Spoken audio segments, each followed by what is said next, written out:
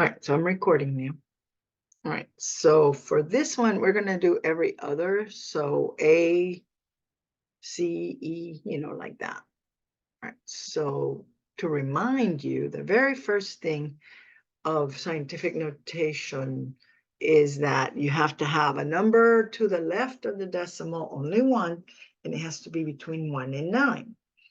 And also the direction that you count, oh, there's somebody. The direction that you count, whether it's right to left or left to right, I don't like that, but I say that if it's larger than 1, then you have a positive exponent. If it's less than 1, then you have a negative 1, okay?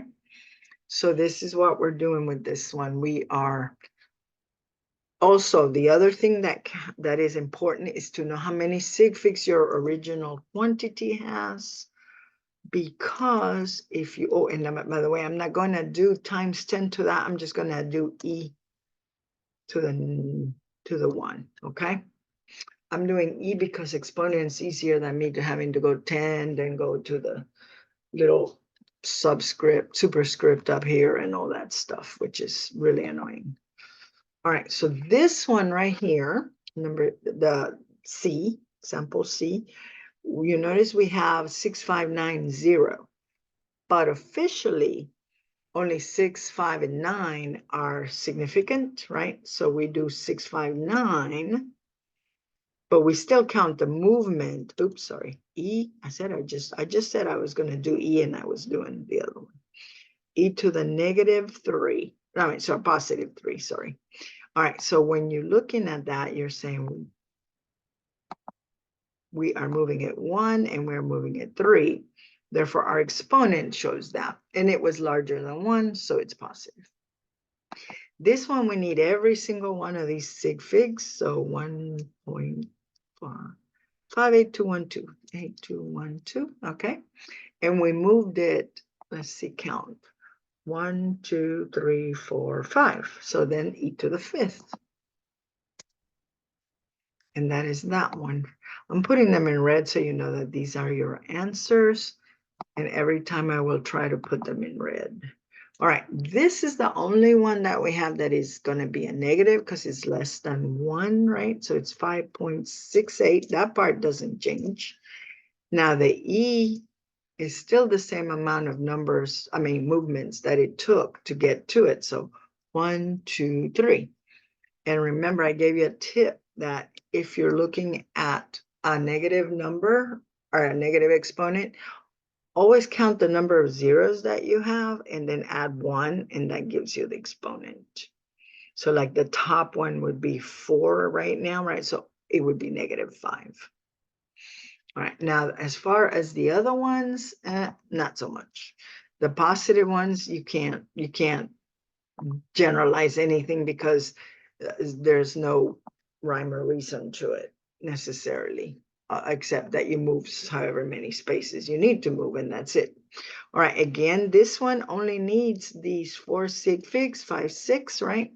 But we still need to count how many we moved. So 1, 2, 3, 4, 5, 6. So this is E to the 6. And that is how you do scientific notation. If you recall, that's great. If you didn't, now you know.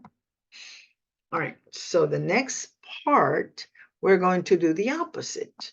So to do the opposite, all you have to do is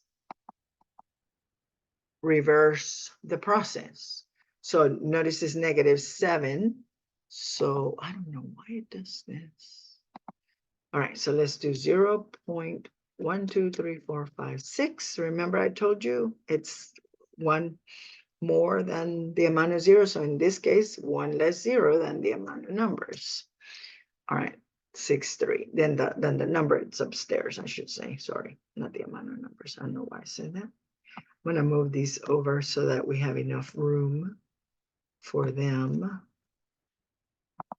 Okay, there we go. All right, so that is our, again, we're doing only every other. So this one right here is going to be, all right, this is -4. So again, 3 zeros, 1, 2, 3, and then 5, 6. That's how you do those. You just go with what it tells you to do and add 0 accordingly. All right, this one is going to be a positive. You notice that is a positive direction, which means that your number that you should have had is, okay, wait, that is not working. It's more than 1. So you're going to move it 2 times. So it's 756.8. That's how you started with this one. The next one, which is G, right? G is going to be to the 9th. So 2 point that, oh, there's no point. So that's 1, 2, 3, right? Oh, sorry, 1. Okay, that's 3, 4, 5, 6, 7, 8, 9. And there you go. That's how you do that one. The next one we have, oh, and let me color it red so you know that that's our answer. This one is a negative, and it's only moving 1, so it's 0.85. And that's all of them, right? That we're doing. I mean, the rest you can do yourselves, and you can turn them in for extra credit. And again, this extra credit goes directly to your final, which means that you're going to have 25 points that you can earn towards your final, which is 200 points. Okay? All right. So carry out the, oh, I'm sorry. I say yes, ma'am. Oh, okay. Sorry. All right. So the conversions, I like to do them in the way that I showed you guys, which is using the dimensional analysis. So we're going to use that. And for that, I'm going to have to insert a table, which is what I used to kind of do. Now, we may not need this much, but, you know, we don't know. So we're just going to use this number, right, that we're here. I'm going to put it here because that's where we're starting with. And we're going to centimeter cube. So 1 liter of, first of all, well, no, let's do 1 liter to milliliters. Why do we change to milliliters? Not because we can, but because we need to. We actually need to change to milliliters because 1 milliliter equals 1 centimeter cubed. So we want to change it to milliliters. Okay, so what would this be? Remember, this is, we're going up. No, we're going down, right? So we're going from liters to milliliters, 3 spaces. So we write a 3. And that is milliliters. Sorry, I forgot to put the units. And then 1 milliliter. And if you want to do the whole full conversion, you can. I mean, it's not necessary, as you know, because, well, 1 to 1, right? So, but I'm just going to do it so that you see it. 1 milliliter is equal to 1. Why is it doing this? This is annoying me. I have to change the number every time. 1. And I'm just going to copy this guy so I don't have to retype him. Centimeter cube. And see, that's going to give you the answer in the right units. So basically, you're just multiplying 8.79 times 10 to the negative 4 times 1 times 10 to the 3rd, which, if you recall from our previous learning, we had to add the exponents. So if we add them, it's just going to be 8.79 times 10 to, I'm just going to copy this because it's easier. Times 10 to the negative 1 this time, though, because we're subtracting, and that would be milliliters. And that's it. Oh, sorry, centimeter cube, not milliliters. Milliliters would be what I would leave it as, but that's just me. Don't be lazy. Don't be lazy like me. That is not what you want to do. All right, and there's your answer. So I'm going to make it in red so you know that that's the answer. Okay, and there you go. You notice that your liters are going to cancel out, your milliliters are going to cancel out, and you're going to end up with centimeter cubed. All right, we're doing B next. No, not B, C. Sorry, C. C, we're doing the same thing. We're inserting another one. I think a 4 will be. If we don't use it, we don't use it. That's fine. Okay, so 117 milligrams, right? To grams. So again, milligrams needs to go on the bottom and grams goes on the top. We're going up. So this is 1 times 10 to the negative 3.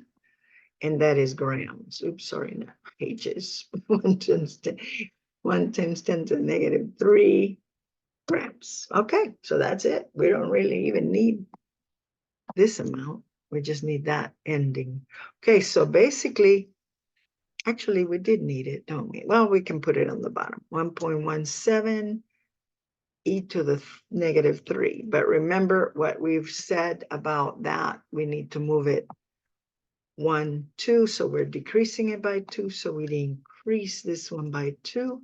So then our answer is actually 1.17 e to the negative 1.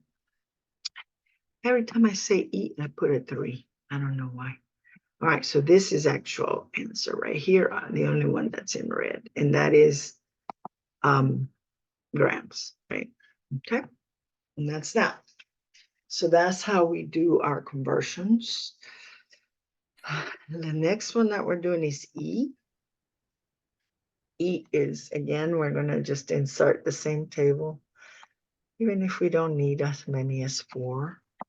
Oh, why are you not letting me insert a table? Oh, okay, I see why. All right, table of 4. There we go. All right, so the very first thing that we know is this, and we know we're changing it to meter cube. So that's one of the things that a lot of people get confused with. We know that our conversions are not in cube, right? So we need to cube them. And that's the thing that a lot of people get confused with. So this is going to be cubed. And sorry. Ugh. There goes my first of 400 calls. Oh, I get so many, it's ridiculous. Okay, this should be 11, not 12. Okay, so this one is going to be 1. Oh, and we need parentheses again. 1 e to the negative 3, right? Because we want to go to meters. I'm sorry, negative 2 meters. And then we do the squaring. I know I cubed it. I just realized that. No, it is cubed. It is cubed. I squared it in the wrong one, didn't I? It's cubed. Sorry. There you go. Okay, so there, once you multiply, divide, you know you're going to get 1. By the way, when you elevate a number with an exponent to third power, you have to multiply it. So the 2 powers. So that is like saying 101.3 e to the negative 6. And that would be meter cube, right? Okay, so again, that is incorrect scientific notation. So we need to change that.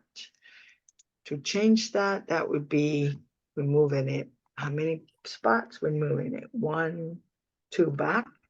Since we're moving back, we need to increase it by 2, right?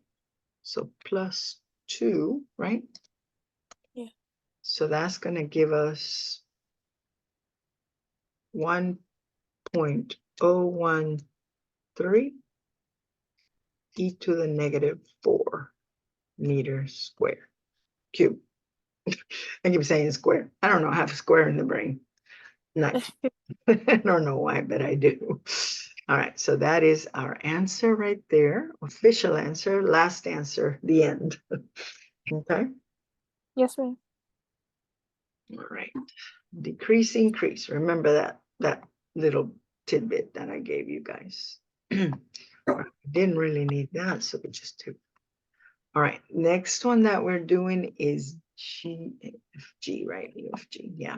So G, I'm going to insert it right here. It's going to be weird because it's going to be like in a weird spot, but you'll know which one it is based on the fact that I am putting the same numbers that are on there in here. All right, so G is 2.5 liters, so 2.5 liters to milliliters. This one's very straightforward. 1 liter is equal to 1 e to the negative, no, to the positive 3, because we're going to milliliters. All right, so remember, we're going down, so it's a positive exponent. The answer to this is just simply 2.5 e to the third milliliters. Oops, remember I said every time I hit E, I hit the wrong number there. All right, there you go. That's our answer and the end of this. All right. And do we have any more? E, F, G, H, I. Do we have an I? Yep, we do. All right, so let's do I. I is, we're going from milliliters to liters, so it's the opposite. I know already I'm only going to need 3. So we're starting with 5.36 milliliters, right? And I always like to put the milliliters on the bottom. And so since they are on the bottom, we're going up, you know that is going to be a negative exponent. And when you multiply it, you just end up with negative instead of positive. That's it. 5.36 e to the negative 3 liters. And there you go. And if you were to want it in actual numbers, that would be 0.0536, right? Liters. But I'm not going to change that. I'm just letting you know that. Okay, so that's all of those, I believe, so far. All right, yeah. All right, so as far as sig figs, remember the sig figs matter because of precision of measurement. So 3 sig figs on this one. This next one, oh, and by the way, people are people, you cannot half them. Therefore, that would be unlimited or infinite or whatever. This is a conversion. So I'm going to say unlimited, but it's actually limited. And how about just put limited by the number converted as that, because that's the problem. Is if you have a conversion that is just like this one, this is a conversion factor. They do not bring any sig figs at all. What brings it is what you put in front of it, like we did up here. You notice that we didn't have more than 4 sig figs on that answer, right? Yes, ma'am. So that's what I'm saying by limited to the number being converted. So, all right. So DE next. Okay. You notice this is 60.00 milliliters. So yes. It's 600.0. 600, right? Sorry, I meant to say 600. I'm speaking and I'm saying other things, but my brain is saying the right thing. It's just I'm having disconnection today. But that makes it 4, right?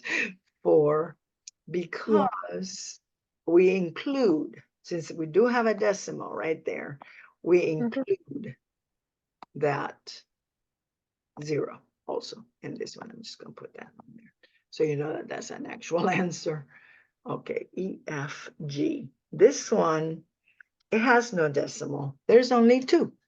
Remember that. I think you guys haven't forgotten that one yet, but maybe you have. And if you did, then this one's also 2, right?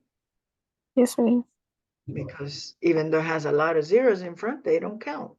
They're just placed. Okay, so I did all of those. A, B, C, D, E, F, G, H, O, H, I. Oop, I skipped I. I is only 1. Why is it only 1? Because we do not count the zeros when there's no decimals. Okay. H. Okay, so we should have done H too. H is actually, no, H we don't need, but you always look at this number, never at the other part. So you know that that's 4. Okay, so let's keep going. Now we have conversions in temperature. So for these, I'm going to do A, C, E, and F. All right, so A, the first one we're doing is 2 Celsius. So we use the C formula, which states that you have to subtract, right, 32 from that and divided by 1.8, 1.8, not 118, 1.8, not comma, dang it. My fingers, they're having this connection too. I'm all disconnected today. Okay, so that's going to give you 115 minus 32 divided by 1.8 is equal to, no way in the world that's right. What did I do? I don't know. Let me see. Maybe I didn't clear everything. I was like, that can't be right. 115 minus 32, that gave me 83, divided by 1.8. That is 4.6. That doesn't sound right either. Oh, 46. Yeah, that's more like it. I was like, wait, 46.1 Celsius. There you go. There's your answer, which makes sense. You had 3 sig figs. Usually I don't like sig figs with temperature because it can be very dangerous to put sig figs on temperature. So what I'm doing with it is I am actually just giving you 1 decimal. All right, now we're going to Fahrenheit. So the F formula states that you need to multiply your 19 in this case, right? Your Fahrenheit times 1.8, then add 32. Notice that all the same numbers are included. They're just totally different. So 1.8 times 19 plus 32, I got 66.2. Is that what you get? Yes. Being that I'm disconnected today, you better be checking.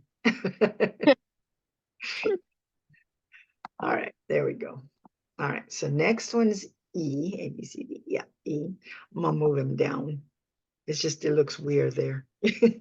All right, so Celsius. Okay, this one's easy. All you gotta do is add the number that's on there plus 273. Actually, to get to Celsius, to get to Kelvin. So the reverse is true from this one if you want to get to Kelvin. So just subtract 273 to get to Celsius. So we get 598 minus, dang it, I keep pushing. I told you I'm disconnected today. I don't know. Or my fingers want to do the right thing. That is 325 Celsius. I don't know. It is just weird. Okay, and then the last one is my Kelvin. Okay, we want Fahrenheit to Kelvin, and we know that there is no direct connection. So we need to convert to Celsius first. So remember, 23 minus 32, yes, this is a negative number, divided by 1.8. And then, there's the period, 1.8. And then you add 273 to the answer, right? And that'll give you your Kelvin. All right, so basically we're just 23 minus 32, that is 9. And then plus 32, right? That gives me my Celsius. No. Oh, no. See, you didn't say anything. That is so wrong. It should be minus 32 divided by 1.8 because we're going the opposite way. Yeah, we're going two. Oh, stop it. I keep hitting the period instead of the comma instead of the period. Okay, there we go. That is so not the right answer. Wait, what did I do? Oh my God. That's the wrong formula because that one Yes, is I Celsius to know. I Fahrenheit. changed the wrong one. Told you I'm disconnected. I don't know what is wrong with me today.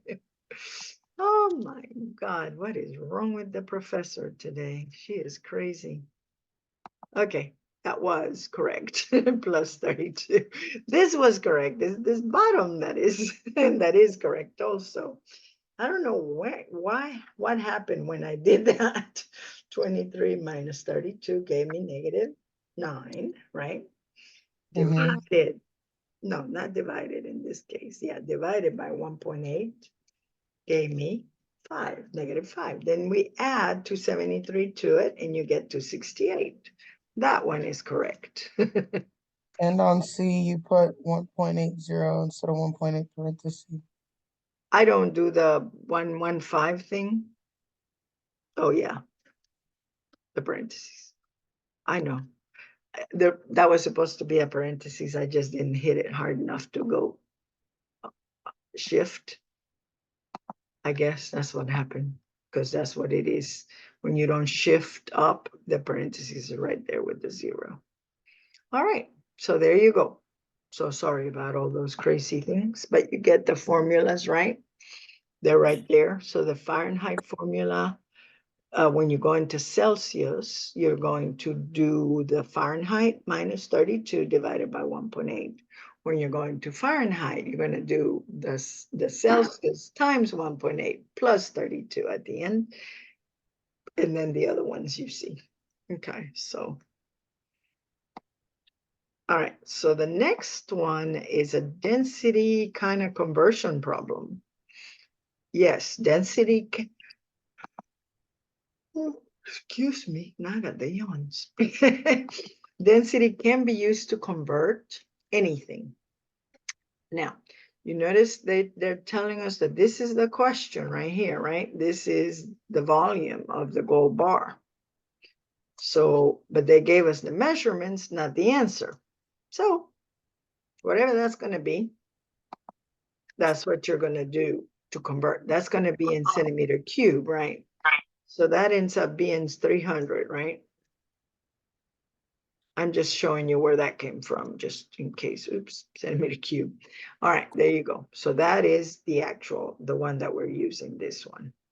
I'm just highlighting it so you see which one. Okay, so now we want to know, first of all, the mass of gold so we can convert it to volume of water. All right, so the mass of gold is 19.3 grams for every cubic centimeter, right?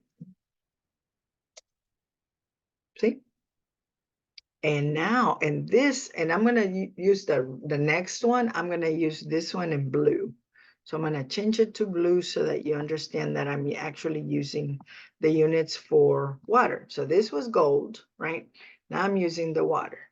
So for this one is 1.00 grams for every 1 cubic centimeter of water. And yes, I know I haven't changed it yet, but I'm going to. There. All right. So all you got to do is multiply 300 times 19.3, and you got your answer. And watch your sig figs. And that is 5.79 times 10 to the third, but we can only keep one sig fig, E3. Okay, and that would be centimeter cube of water, right? But sig figs, it says 6 times 10 to the third, E3. Yeah, centimeter cube. Why does it do that? Because we only have one sig fig here, right? And we really ended up with just one sig fig in our answer too, look. So one sig fig dictates how many we have. So the actual answer is this one, which would be 6,000. And remember, I'm putting the answers in red, so, okay. All right, now the next one is how many seconds are there in a leap year? This one's gonna take quite a bit of conversion. I'm gonna put a 5. All right, so leap year, as you know, there are 366 days, yes? in 1 leap year? Or is it less? I always get that one backwards. Is it more or less? There's more, right? Yeah, because February has an extra day in a leap year. I'm calling it LY. That's okay. All right, the next thing is to convert days, right? So 1 day is equal to 24 hours. 1 hour equals to 60 minutes. Let's not jump the gun there. 1 minute equals to 60 seconds, and that is correct. Now, all you have to do is multiply the top, and that's it. And you're gonna end up with a lot of number, a big number. And you can put it in scientific notation with 3 sig figs, because 366 has 3 sig figs. So 3.16 e to the 7th seconds, right? Per leap year, which is what they asked for. See? That is a conversion problem. The next one is also a conversion problem, which I call a study in uselessness, and you will see why in a minute. But we're going to do it either way. All right, so for this one, we have this number that we need to change to grams per liter. So I'm just going to write it right here. And that milligrams per milliliter just means that in this many milliliters, in 1 milliliter, you have that many milligrams. All right, so now you need to change milligrams. So 1 milligram is equal to 1 times 10 to the negative 3 grams, right? So remember, we're going to grams, so we're going up, so it's negative. And then milliliters, we want to change to liters. So 1 liter, right? No, 1 e to the 3, right, is in liters, because we're moving from negative 3. Sorry, did I say 3? No, we are moving from milliliters to liters. So we need milliliters on top. And that is for milliliter, for 1 liter. All right, so as you can see, these two are going to cancel, and you're going to end up with the same answer, which is why I said it's a study in uselessness, because grams per liter is the same as grams per milliliter. But that just proved it for you. Okay. Now, I'm going to also do 10 because I want you to see an actual double-sided problem like this one. So I'm going to go ahead and insert a table of 4, I think would probably be enough. Okay, so we got 115 kilometers in 1 hour. Yes, that's how much it travels. All right, so for every kilometer, and they want it in meters per second, we have 1 e to the 3 meters, yes? Now you notice that hours also needs to be canceling. So 1 hour is equal to 60 minutes, right? And 1 minute. And since we start on the bottom, we want to make sure that our seconds stay on the bottom, okay? So now you just multiply 115 times not 15, 115, and then times 1 e to the third, third, sorry, I'm looking at the wrong thing here.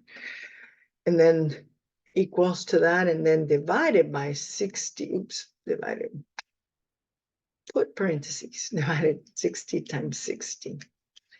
And the answer is 3.19 times 10 to the 1. So the answer, I'm just going to put it right here. So 3.19 e to the 1 meters per second, or you can also, it depends on how it comes on your question, right? It could be like this, or it could be like this. As long as you know how to convert it, you're good. See? That's the answer for that one. All right, for these, we need to, and by the way, this is supposed to be decimeter. Well, I'm only doing the first two anyway, but that is supposed to be decimeter, just so you know, so you don't get confused when you do it, because you will if you don't. Okay, so we're going to insert a table again. And the reason I'm inserting a table is, again, you notice that we're going from square to square. So 1 meter squared is not going to be the same as 1 meter ever. So you got to make sure that you square the conversion. We want to go to millimeters. So you know that for every 1 meter, oops, you have 1 times 10 to the third, right? Oh, and don't forget to put millimeters inside too. So square it. So then the answer, it's simply, oops, we don't need this many. The answer is simply 1 e to the third millimeter cubed. No, not e to the third. Why not? Because we're multiplying those two. So e to the 6. And it's positive, yes? So millimeter squared. See that? That's why it became 6. That's why I said it's not the same to change 1 meter to a millimeter than to change 1 millimeter squared to a millimeter squared. Never. All right, so then the next one is C, and we are doing the same thing. We are inserting a table of 3. I know I don't need but 3 now. All right, oh, and I said I would give you the highlighted answer. Okay, so this one we're going from millimeters to centimeters. So millimeter squared. So we know that 1 millimeter, and don't forget we need to square it. So we need to put it in parentheses and square it. Now, that looks like times 2, but I'm really squaring it. I'm not going to take all of that time just to do that. Okay, so millimeter to centimeter, there's 1 space, right? And we're going backwards, so going up. So -1. And then we're, centimeters, and then squaring that. So then the answer is simply 1 e to the -2 centimeter squared. You see that? Again, it is what happens. It changes because it is pretty much doubled. The distance between one and the other is doubled because it's cubed. All right. These are some good ones for nursing students. As a matter of fact, we start with what they give us, right? So first thing to do is insert a table. I'm going to insert a 4 table. I don't know how many I'll need. If I need more, I add more. All right, so it says, oops, I cut it off. Control X. I'm just going to put it up here so it doesn't look so weird. Okay, there we go. All right, you notice that they want us to know in 30 days, which is 1 month, according to them, right?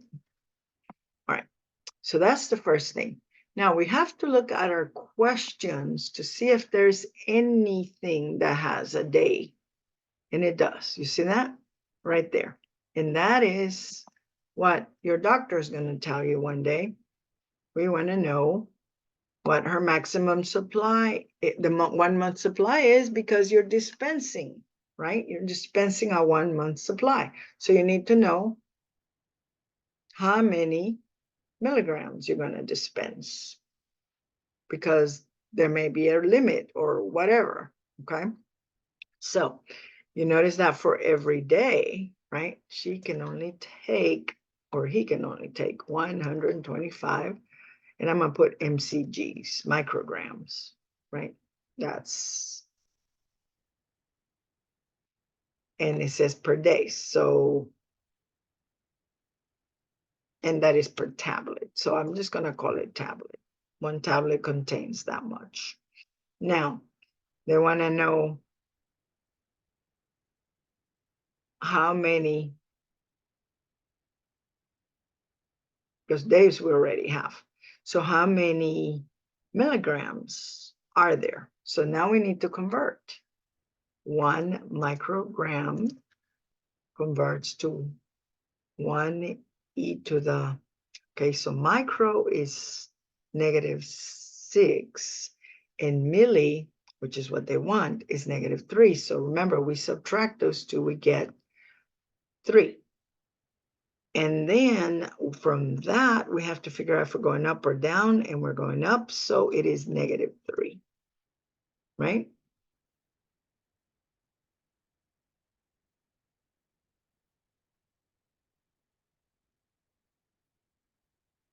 So when you are doing that, that is milligrams. You're going to get milligrams per month, which is what you want.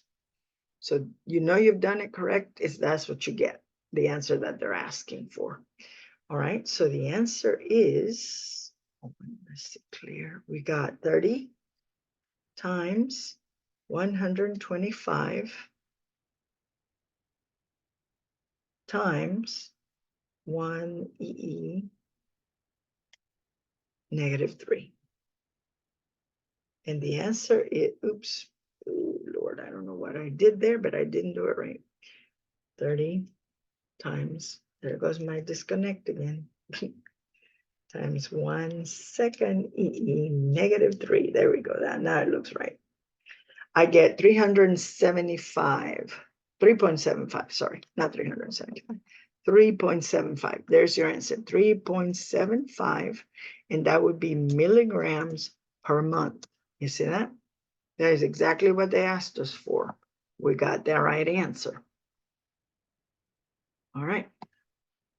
Now let's do this other one, because these are more important for you guys than the other stuff. I just want to make sure that you had some exposure to what it could look like if you ever did this. All right, so, all right, notice that they're asking us how many grams of codeine per day. And they're telling us that 30 milligram per tablet. So that's what we're starting with, 30 milligrams for 1 tablet, and I'm calling it a tab.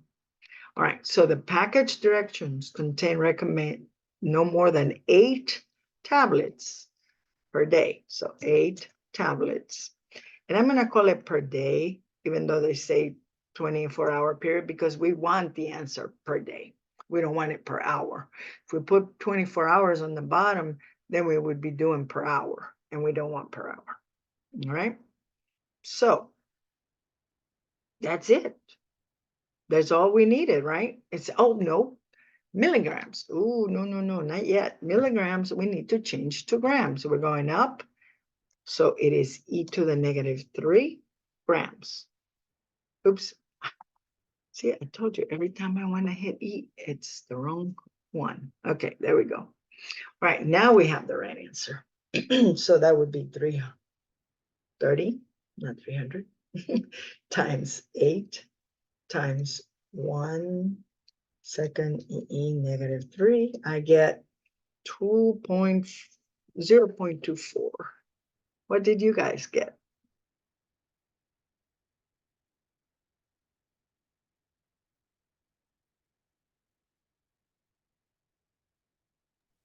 .2. 0.24 grams. That's what I got. So the answer is 0.24 grams maximum per day. So per day, right? And we have days still left over. So that is exactly what they asked us for. That is exactly what we gave them. You see that? If you notice there, the milligrams cancel out with these milligrams. The tablet cancels out with the other tablet. And then the day is left over. So you got grams per day. Okay, so these are easy. Obviously, that's a solid. That's another solid. What is this one? Clouds in the sky. Well, that would be a gas, right? Yeah. And then air is another gas. Yes. And then hydrogen in the sun is actually plasma. Mm. And then You said plasma? plasma. And vegetable oil is liquid. Yeah, we have 4 states of matter that we went over, and the one thing that I remember telling you is that hydrogen in the sun or anything in the sun is going to be plasma, because Okay. plasma is what the sun is made of. Right. Okay. It actually is a conversion of hydrogen to helium, because the sun happens to be our biggest fusion generator. All right, so classify each of the following as either chemical change or a physical change. All right, so we're going to do all of these.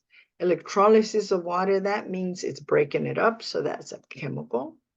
The formation of fog, okay, sorry. Separation of alcohol and water is a physical. Formation of fog, all it is just condensing, so it's physical. Burning of wood, that's a totally different story, right? Rusting of iron is also chemical. And sand to glass, all you're doing is melting, so it's a physical. So there you go. I'm not putting those in red. You can kind of see that that's not part of the word, right? All right, Yes, so ma'am. draw. Okay, for this graph, you don't have to draw it. I'm going to show you where it is. Basically, you go to your matter.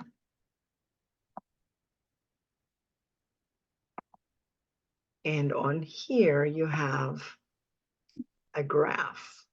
And you just copy and paste. Oops, I just passed it. You just copy and paste that one. And it's actually this one. No, actually, it's the diagram. Yeah. And in order to do that, I tried doing it earlier, but I couldn't do it because I think I have to download it and blah, blah, blah, blah, which I don't have all the time in the world to do all that. But you could download it right here. See, and then just paste it in there. Save it. I guess I can do that. It was not that long. It was not that long this time. The last time I think it's because my internet was kind of slow. And you just insert it here. So you're inserting a file.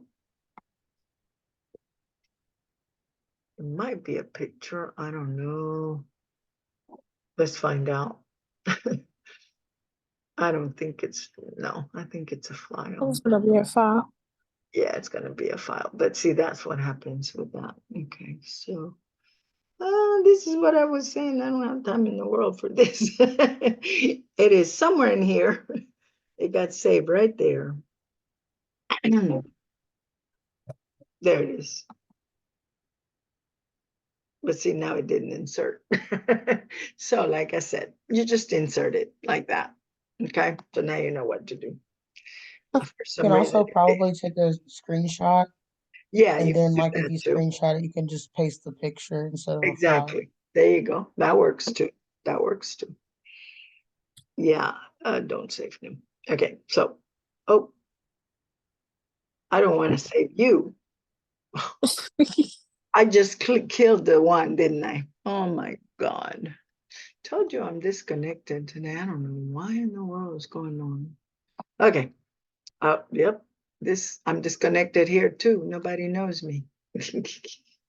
I was showing Alyssa that when I first looked at that, I cannot get into my Canvas account.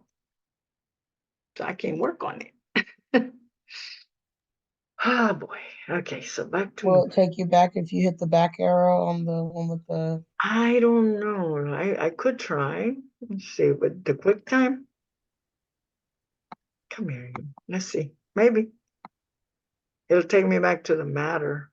Yeah, Oh, not to where I need to go. No, I remember I totally killed it, but I think I have it still saved up here. Yeah, there we go. I do have it saved. Well, not saved.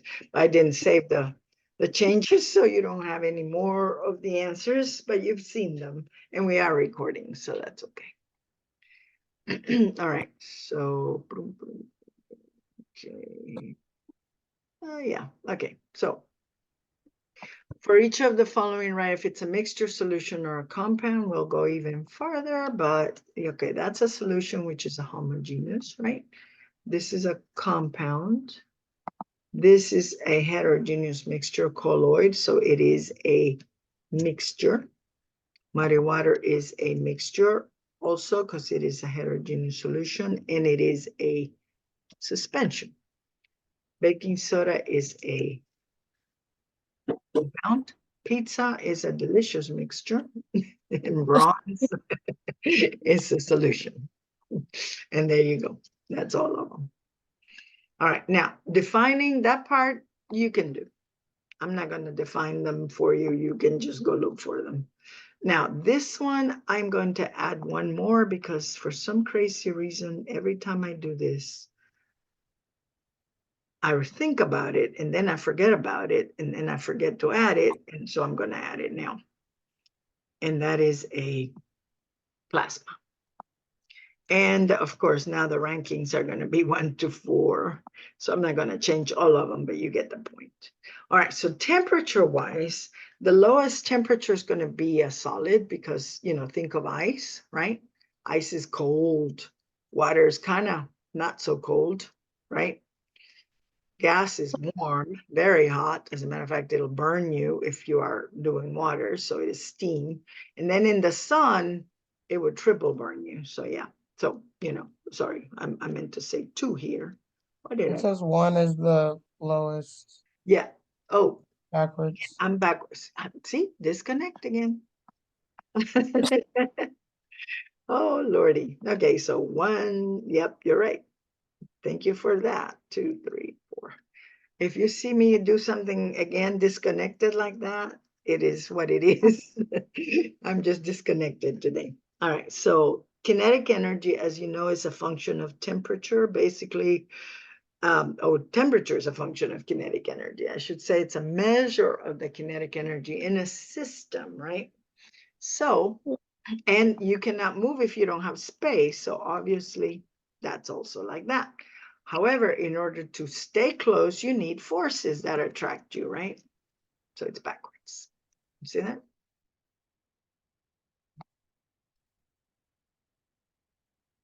All right, this one we're going to look at the periodic table and just remember the trends that like we used to.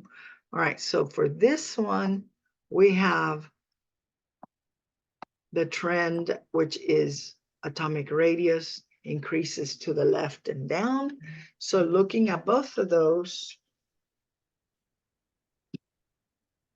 you can see that bismuth is lower than phosphorus, right? So I'm just going to change its color and make it be the answer to that question. Remember, red is the answer. So I'm doing that with this one. All right.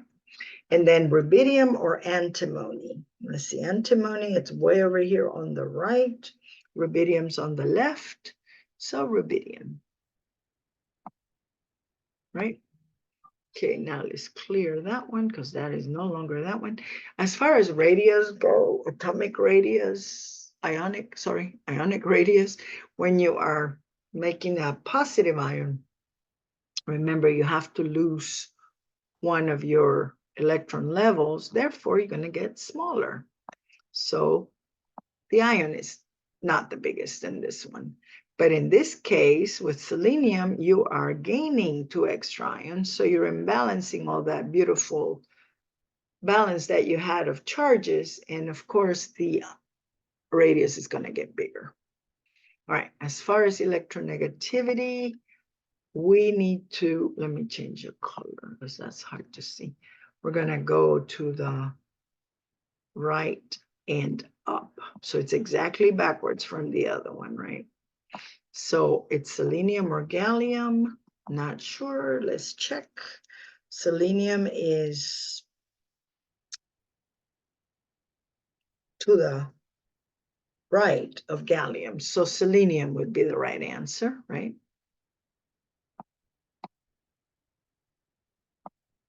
And then chlorine is above astatine, so chlorine would be the right answer. You notice that these are exactly backwards from the other ones. Affinity, electron affinity, again, same thing. Same trend, except this time we're including the noble gases in them. So is it yttrium or technetium? Technetium is more to the right, so we are going to assume, and remember, we don't want to look it up. We just want to use our knowledge of this trend. All right, and then the last one is the helium or radon. Helium is much higher than radon, so it's helium. And there you go. And notice it says why. All you have to do is explain that as you know, an atom gets bigger as you go to the left and down. So that's all. That's all you need to say for that. All right, now we're going to do a beautiful table that you guys love to do, don't you? They're like not saying anything. All right, so for this one, remember, every time that you see a symbol like this one, you are also going to have the atomic number below, but I omitted it so that you would look for it because we need to look for it. Okay, so the atomic radius for, the atomic number for potassium happens to be 19. And as you know, the protons are also 19 because those two are the same. The mass number was given to us as 39. The neutrons is a subtraction of the mass minus the protons, which is 20. And the electrons, since we have a positive one, it means we lost one, so it's 18. Calcium is 20. It's right next to potassium. Obviously, the protons are 20 also. The mass is going to be 21. The neutrons is going to be, oh, sorry. Did I say 21? See there, I disconnected again. 41. The neutrons is going to be 21. And the electrons, no change because we don't have it charged. The next one is gallium. Gallium, where are you? You are 30. No, that's germanium. Gallium is 31. 31, so the protons is also 31. The mass that they gave us is 69, which means our neutrons is 38. And our electrons, we lost 3. Therefore, we have 28. Yes? Not that disconnected as far as the math goes. 17 is our chlorine, our atomic number. So that means our protons are 17. They gave us the mass as 37. It means we have 20 neutrons. And we have a negative charge, which means we have gained 1. So we have 18 electrons. Oxygen normally is 8, right? Atomic number, which is the protons. They gave us a mass of 18, which means we have 10 neutrons and same number of electrons as protons because we have no charge. Uranium is 92. That means we have 92 protons. The mass is 235. Is that 143? Yeah, I think, nope. Yeah, 143.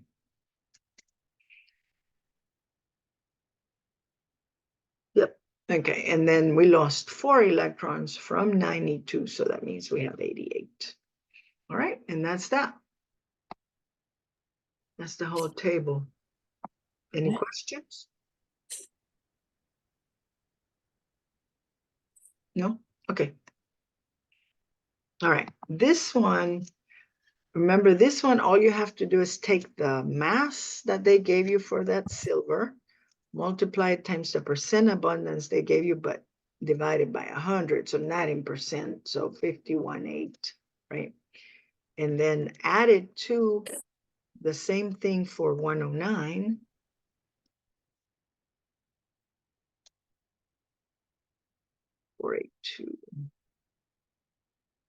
And if you put it in your calculator like I just did, you will do it much faster. So clear that. It's 107 times 5, 18. plus 109 times 482. And I get 107.964, which says to do it to 3 decimal. So 964, right? All right, and there you go. That is how you do that one. Right. Long and short. Okay, so I'm going to do A, C, and E. And I'm going to do the long, short electron configuration here. So 1 S2, 2 S2, 2 P6, 3 S2, 3. Okay, so remember, you have to follow the periodic table. And the 1 is just merely telling you where each one of those electrons is in level 1, and that there's 2 electrons, and that they all are s orbitals. The 2 is telling you you're in level 2, and you have 2 types of orbitals, s and p. So they're both full because you're achieved, if you add both of those together, 6 and 2 give you 8. And that is all you needed there. Whereas the next one, the 3s is also level 3, and the s part is full, but the p part is not. And remember, if you add the 2 plus the 3, it tells you that you are in group 5a, which you are. And the 3 in front of the 3s and the 3p tells you that you're in period 3, which you are. So that's a really good thing to know. Now, as far as the shortcut configuration, you substitute the closest noble gas, and by closest, I mean without going over, kind of like Vanna White, for the poor electrons, which in this case is neon, right? And then you just use the rest of the configuration on it. And that's what that is. I'm not doing the other part just yet. I'm going to do it all at once because I don't have to write it 4 times this way, if you're okay with that. All right, the next one we're doing is argon. So argon is going to be 1s2, 2s2, 2p3, 3s2, and 3p6. Because it is in group 9, we are going to be full, and we're also a noble gas. So that is what that is telling us. And our shortcut configuration is very much like the one for phosphorus, except on the back you have 3p6, which is what I'm doing. I'm just copying it. All right. Now, sulfide ion, in this case, is going to be a little different from the others, right? Because we have a number of atoms of electrons that are already in there for sulfur. And we are also adding 2 more. So let's put that in. And in this case, for sulfur atom, right, which is in group 6, we would have 4 there. That's the sulfur. But we are adding 2 more. So we actually have 6 here, which now if you look up at the argon, it looks just like it. But I'm going to put that last 6 in red only because it symbolizes that there's something different there, okay, than what it should be. So that means that you're an ion and you added extra electrons. All right, so those are my 3. Now for the phosphorus, I'm going to draw this, so bear with me. 1, 2, 1, 2, 3, 1, 1, 2, 3. Okay, so this is our phosphorus item. The first level, which is 1s, right, is going to be full. It has 2. Remember, 1s, the s can only hold 2. The 2s is also full because it only holds 2 also. And no, they're not bigger electrons. That's just my hand moving weird because I'm having to do this with my mouse, and it is not the prettiest thing in the world.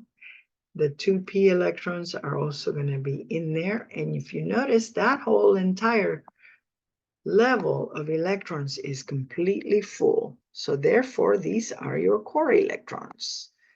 That's what's symbolized over here in the neon. Then you have your valence electrons, which are the ones on the outer shell. And for phosphorus, you have your 3s, which is completely full. And then you have your 3p, which is not full. You actually only have 3 electrons. And the way that we fill them into orbitals is we must put 1 in each one of our orbitals, which are represented by these dashes, by the way, or these whatever lines, whatever you want to call it, first. And that is it. We're done with phosphorus. So this is phosphorus right here. So if you want to write it in, because I'm going to destroy it here in a minute. So that's phosphorus, okay? Now, if we are doing argon, we need 3 more. So now the Hund's rule allows us to put doubles. Oops, that is an ugly one. Okay, because now we are full. So this one is no longer phosphorus. It is now argon, right? Okay, so this configuration is for argon, right? But we also need to do sulfur, sulfide ion actually. So I'm going to erase those few that I made last and change them color, just so that you understand that some of these came from somewhere else. So then this one is sulfide ion. Hold on, I need to erase that P. All right, so this one is sulfide ion. And those 2 extra electrons are what makes the negative. You see? And that's how you do orbital diagrams. So we did all of that. We did long, short, and the orbital diagrams. And if it came back to you, that's good, because that is what we aim to do, is for it to be a refresher, right? So we want that. Okay, oops, I need to change that because otherwise it'll just keep on traveling with me. All right, according to this, it says name one trend among each of the following families. So I would say for alkali metals, I'm going to use, what am I going to use here? Let's use size. So atomic radius increases going, and you notice this is just a period, right? So we're just doing this particular period going down, right? The period.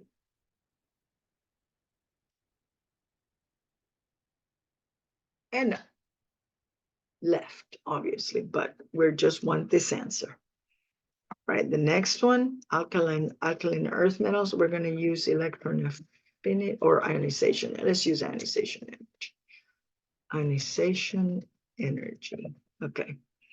So ionization energy increases as we go up, in this case, not down, the period. No, the group. I put period both times, didn't I? I meant group. Oops. Group. All right. Okay. And then we can make, let's see. It takes more energy to remove second and third electrons, right? Then first. Okay, how's that? That way we know, right? That's the ionization energy. So it takes more energy. So halogens, we're going to do the one thing that they're very famous for, which is electronegativity. Increases.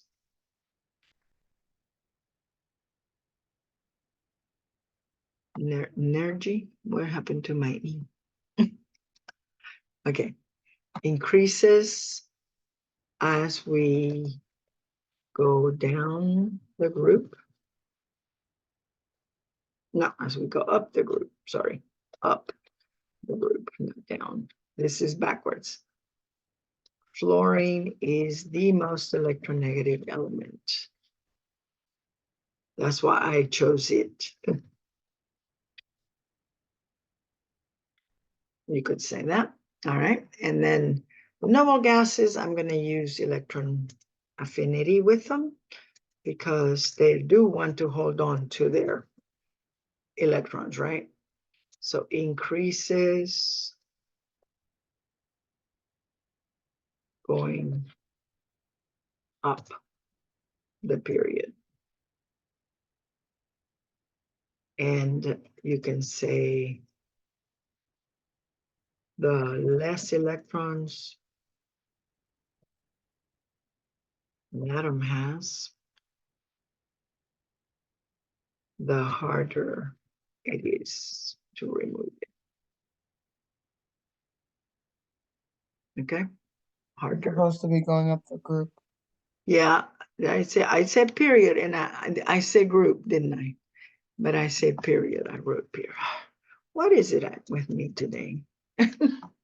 Okay, so no, we don't want that. We want period. Okay. All right. So now that you know that, think about this. If a noble gas could form a positive ion, which of the noble gases would form it most easily? Based on my answer to D, you know, the part D to noble gases,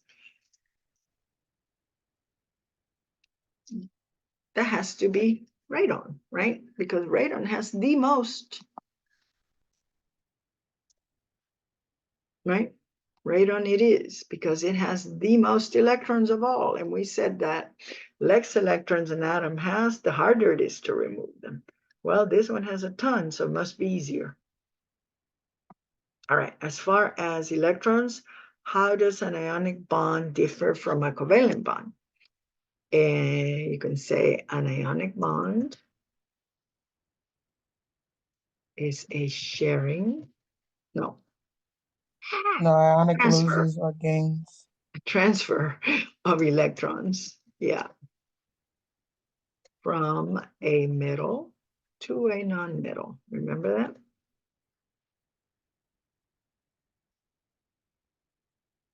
And then we can just, a covalent bond, thank you, is a sharing of electrons between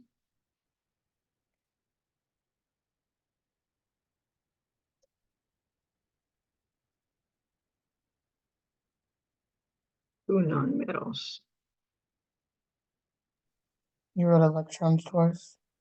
Electrons, I think it did that for me. I said yes, and I already wrote it, I guess, so I just rewrote it. Okay, there you go. Does that make sense?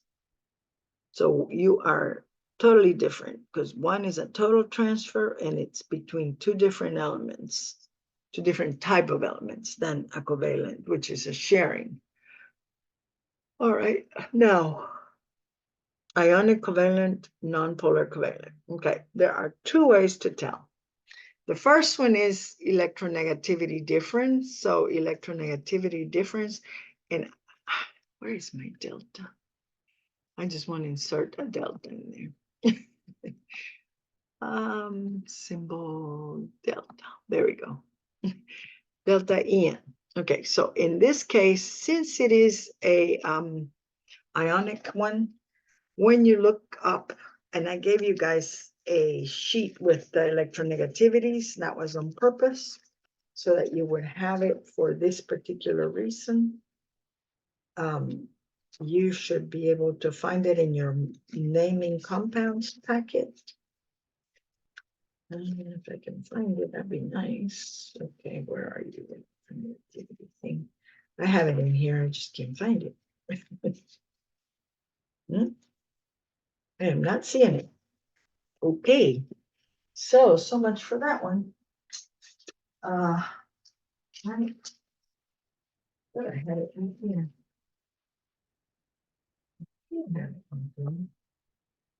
There's all of my stuff except that one thing. And I have everything but that. Okay, but I do have a copy, so I got it. All right, so according to this graph that I gave you guys, it's like a pie graph. Bar graph, sorry, not a pie graph, a bar graph.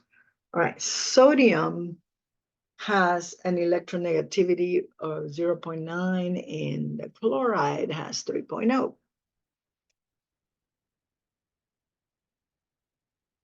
That gives me, oops, that was supposed to be a negative, 0.9. Okay, so delta electronegativity just means subtraction, right? That gives me a 2.1, yes? Okay, so that's one. I'm gonna do the delta electronegativity below this one on the other one because it'll be easier to do that. Okay, so NO2. Let's just go to it. All right, Control V. All right, so nitrogen is 3 and oxygen is 3.5. 3.5 minus 3, right?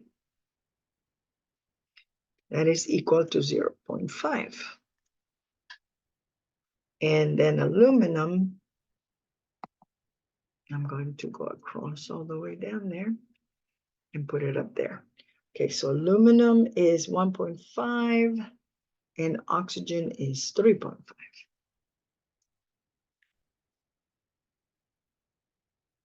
Equals 2.0. All right, the general rule, if you recall, stated that if it is above a 2.0 or around there, 1.5, 1.8 to 2.0 or higher, is going to be ionic, which both of these are ionic. So we're going to change the color of ionic just so that we can see it to red.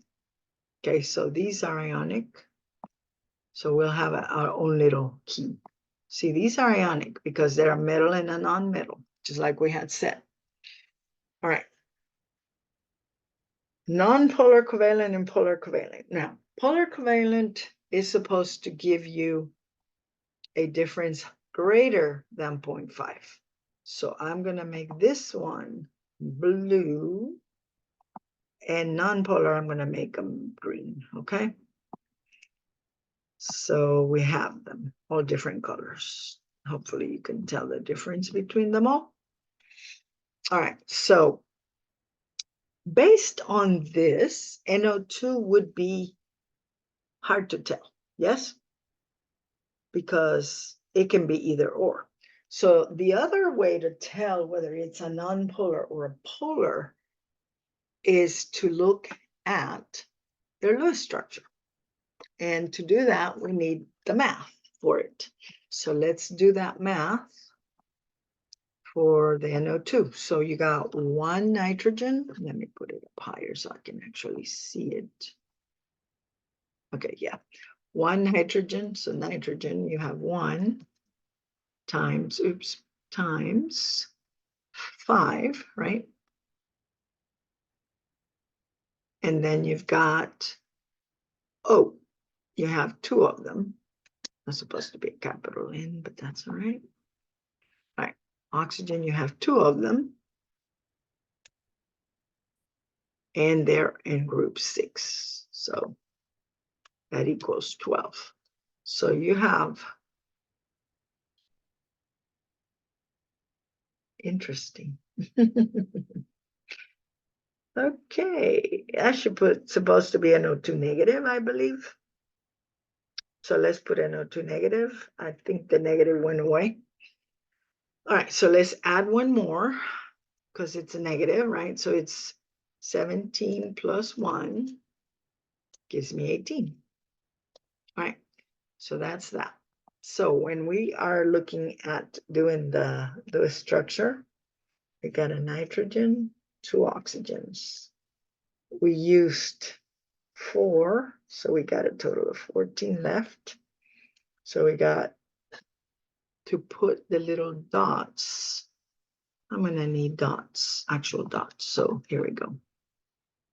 1, nope, that's not working. It is not letting me put dots. Okay, so let's just make it thicker and then that'll probably work. 1, 2, 2. Already counted them, sorry about that. So we've got 14, right? So 6 on each one of the oxygens and 2 on the nitrogen. But nitrogen is going, hey, I'm not an exception.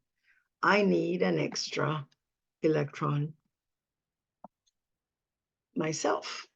Therefore, you move that one to the middle. And there you go. That is your NO2 negative 1. So this is actually your Lewis structure right there. But the most important part is that it has a lone pair. What we couldn't tell before, right, because it's so close to being a yes or a no, is that it looks like a non-polar. It could be a polar. We didn't know. But in this case, it is polar because we do have the lone pairs. So we can clear all that and go back and give an answer to that one, which is that we need to put it in blue. So this is polar covalent, even though the delta electronegativity tells me it's okay. Now, as far as we know, water is polar covalent. We've talked about how incredibly hydrogen bonded it is, and the only thing that it's not going to be is, you know, nonpolar. Now, carbon disulfide in this case is going to be, you have to do the math, but it's actually going to be carbon double bonded 2 S's. So nonpolar. So in this case, we have green. Now, boron trifluoride, we know boron is one of the exceptions, so it's not going to have any lone pairs. So again, green. See, and there you go. Those are your nonpolar covalent and your polar covalent and your ionic. Okay, 2 of each. Now, if you were to do the delta electronegativities for BF3, one is 2 and the other one's 4, it gives you 2. So it makes it look like it's polar, but it's not. And that's why you have to do the other type of assessment. You have to have, well, number one, the ionic is easy, even if you don't do the delta electronegativity, because it's a metal and a non-metal, which both of those are, A and E are. The polar covalent, you know, it has to have lone pairs.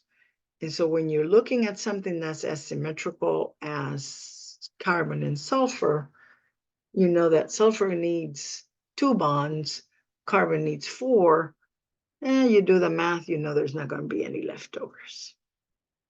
And boron trifluoride happens to be nonpolar because of its symmetry. Okay, and that's all.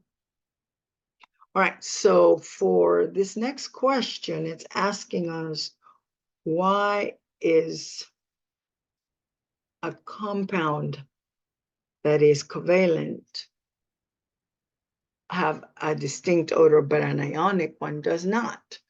Remember, one characteristic of ionic compounds is that they have a very high melting and boiling point, right?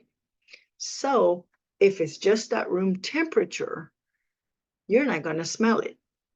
Whereas a covalent compound, like alcohol, for example, is very volatile, which means it readily changes into a gas at room temperature, which means it's a lower boiling point. Therefore, you can smell it. And in order for you to smell something, it has to actually become a gas so that your nose can, inhale it. Therefore, there's your answer. I'm not writing all of that, but you can. All right. And okay. So remember, this is all a matter of looking at one thing only. Number one is, what is our Lewis? What is our, not Lewis, sorry. What is our group number? Our group number for this one is 4, yes? 4A. So the answer is 4 for neon. And you notice I'm skipping the ones that aren't positive, that are positive or negative. So right now we're just doing the ones that aren't. Well, that one's 8, right? Then you've got nitrogen. Nitrogen is 5 because it is in group 5. We know all of these. Those are easy. Okay, so since we know those, let me just make the color correct so that you know that this is what we're talking about. All right, now, potassium would have 1, yes? But then it lost that 1. So the amount of valence electrons, which means the outer shell, is not 8. Why is it 8? Because 8 is where the next layer is. You have 8 electrons. Okay, listen to me. You have 8 electrons on that shell. And that's what we know. Oxygen has 6 normally. And it gained 2, so it also has 8. Hydrogen, in this case, gained 1, yes? So it has 2, because it normally only has 1. Look at that thing over here. I just put it right here and it went away. Now that I'm putting 2 on here, it won't let me. Oh, this thing is annoying. It has 2. And that is all it can have because it is only 1 level. Remember, 1 electron level in hydrogen. And that electron level can only hold 2 because it's your first one. All right. Now, why are some solvents polar and some non-polar? Okay. Because of some solvents are polar because they have their Lewis structures have extra electrons, or they're asymmetrical, or whatever you want to call it. There's also a dipole moment that exists between the bonds, right? So that's because of their polarity. All right, so which one would you use to dissolve salt? The answer is the polar. Why? Because salt is ionic. Ions are charged. Charges, attract charges, right? So positive attracts negative and negative attracts positive. So if you have something that's partially polar like water, salt will dissolve beautifully in there. But if you put it on something non-polar like oil, it would not dissolve at all. All right, drawing Lewis structures for these is probably the easiest thing we'll do today. All you got to do is, which group are they in? They're in group 4, so 1, 2. What on earth? What? Okay, that is so not what I want. 1. There we go. I want it permanent. That one was like moving off. All right. Helium, since it is in group 2, but it is also a noble gas, that means its one level is full. We put the 2 together. Phosphorus is in group 5, so we go around. Remember, this is 1 on each side, and then we double. So that's a double. It's supposed to be a double. That looks terrible. Let me try it a little bit better. There we go. That's better. Nitrogen, the same. It's in the same group. So it's 5. 1, 2, 3, 4, and 5. Aluminum is in group 3. So it only has 3. 1, 2, 3. And they all can form bonds. Sulfur is in group 6. So 1, 2, 3, 4, 5, 6. You see that? And that's how you do the Lewis structures for those. All right.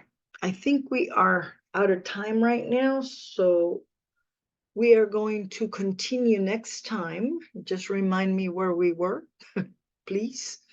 And that's the naming. I know with you guys, with the other class, I ended up somewhere else, but with you, it's the naming. So 13 for you next time.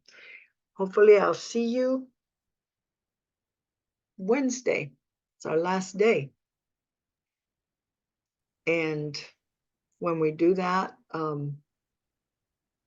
we will be in person again. And if you can't, like I know you guys have tests or whatever, and sometimes they last longer. So if you cannot come to the 11 o'clock session, there is a 9:30 session on Wednesday also. And there's also going to be another session on Thursday. Well, no, maybe not. It just depends. I might do it online for the Thursday people.